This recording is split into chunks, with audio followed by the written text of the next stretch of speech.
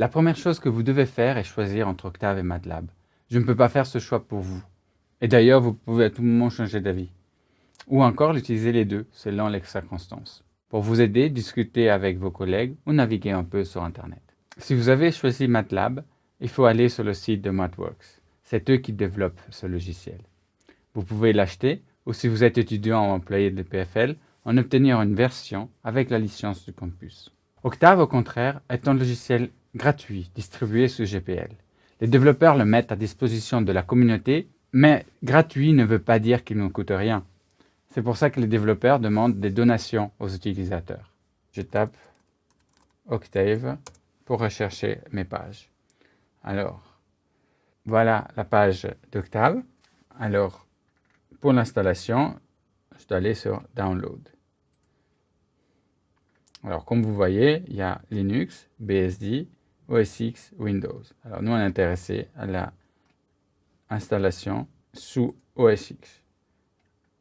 Alors, il y a différentes possibilités.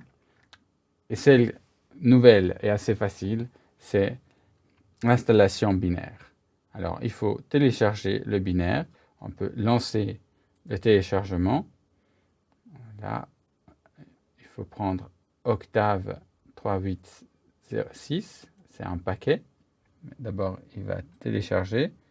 Et à l'intérieur de cette binaire, on va avoir soit une application en ligne de commande qu'on ne va pas particulièrement utiliser, ou la version GUI, donc avec une interface graphique. C'est celle-là que vous allez utiliser le plus souvent. Voilà, le téléchargement est fini.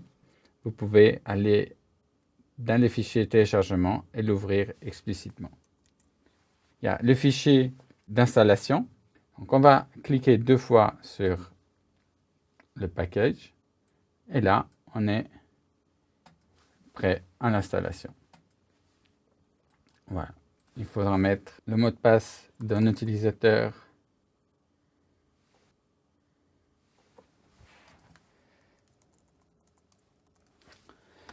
Voilà. Maintenant, Octave se trouve dans vos applications. Vous pouvez cliquer 2 fois pour l'ouvrir et l'avoir à disposition. Vous avez installé MATLAB et Octave et vous êtes prêt à commencer à les utiliser.